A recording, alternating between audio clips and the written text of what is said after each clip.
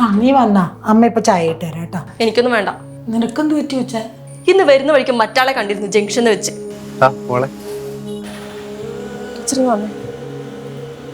എല്ലാരും മുന്നിൽ തന്നെ മോളെ എന്നൊക്കെ പറഞ്ഞ് ചുമ്മാ. ആര്? അച്ഛനാ? അച്ഛനാ? ആരുടെ അച്ഛൻ? എനിക്ക് അങ്ങനെ അയാൾ അക്സെപ്റ്റ് ചെയ്യാൻ പറ്റില്ലമ്മ. ഇനി മേലെ അയാളോട് മോളേന്ന് പറഞ്ഞിട്ട് എന്റെ പിന്നാലെ വരരുതെന്ന് പറഞ്ഞേക്കണം. അമ്മേ, ഇയാൾ എന്താ ഇവിടെ? മോളെ, അച്ഛൻ നമുക്ക് വേണ്ടി ഉണ്ടാക്കി കൊണ്ടുവന്നല്ലേ, ബാ കഴിക്കാം. അമ്മനോട് ഒരു 100 തവണ പറഞ്ഞതിൽ ഇതൊന്നും കഴിക്കരുതെന്ന്. പല അസുഖം വന്നാലോ? ഇതൊന്നും അറിയാതെ ഓരോന്ന് കൊണ്ടുവന്നോളൂ. മോളെ, പ്രായത്തിന്റെ പേരും പറഞ്ഞ് അമ്മയുടെ ഇഷ്ടങ്ങളൊന്നും വേണ്ടെന്ന് നോക്കാൻ പറ്റില്ലല്ലോ. മോള് പേടിക്കണ്ട, ഇത് അതിഥി സൺഫ്ലവർ ഓയിലിൽ ഉണ്ടാക്കിയതാണ്. ഏറ്റവും നല്ല ക്വാളിറ്റി അല്ലേ, റിഫൈനഡ് ഓയിലും കൂടിയാണ്. എന്നാലേ ഇതൊന്നും ഉണ്ടാക്കി ഇങ്ങോട്ട് കൊണ്ടുവരണ്ട. അമ്മന്റെ ഇഷ്ടങ്ങൾ നടത്താൻ ഇവിടെ ഞാനുണ്ട്. അതിനിങ്ങനെ ഒരാൾ വേണമെന്നില്ല. മോളെ, നീ എന്തീ കാണിക്കുന്നത്? അമ്മ വീട് ഇതിൽ ഇടപെടണ്ട. വേണ്ട ലക്ഷ്മി.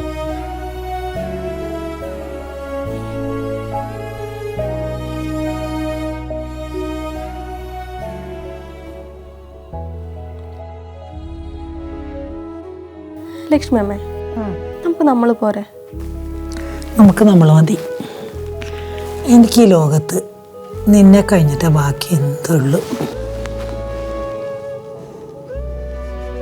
ഞാൻ പോട്ടെ ടീച്ചറെ. ശരി. ആ സ്വാതി, മോൾക്ക് എന്ത് ചെയ്യാം അമ്മയുടെയും ഗോപാലേട്ടൻ്റെ കാര്യത്തിൽ ഇത്ര പ്രശ്നം? ടീച്ചറെ, അതൊന്നും ശരിയാവില്ല. മോൾക്ക് 2 വയസ്സുള്ളപ്പോഴാണ് മോളുടെ അമ്മയെ അച്ഛൻ വിട്ടിട്ട് പോകുന്നത്. അന്ന് തിരിച്ചൊന്നും പ്രതീക്ഷിക്കാതെ അമ്മയെ സഹായിച്ച ഒരാളാണ് ഗോപാലേട്ടൻ. അല്ല, ഞാൻ ചോദിച്ചോട്ടെ, അമ്മ മറ്റൊരു ജീവിതം ജീവിച്ചാ എന്താ ഇപ്പൊ കുഴപ്പം? അമ്മയ്ക്കൊരു കൂട്ട് വേണ്ടേ? ടീച്ചറെ, അതിന് ഞാനില്ലേ? എത്ര കാലം? നീ കല്യാണം കഴിഞ്ഞ് പോയാൽ അമ്മ ഒറ്റയ്ക്കാവൂലേ?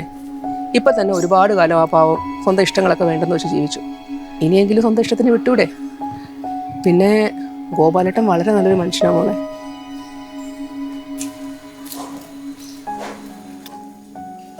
അച്ഛാ,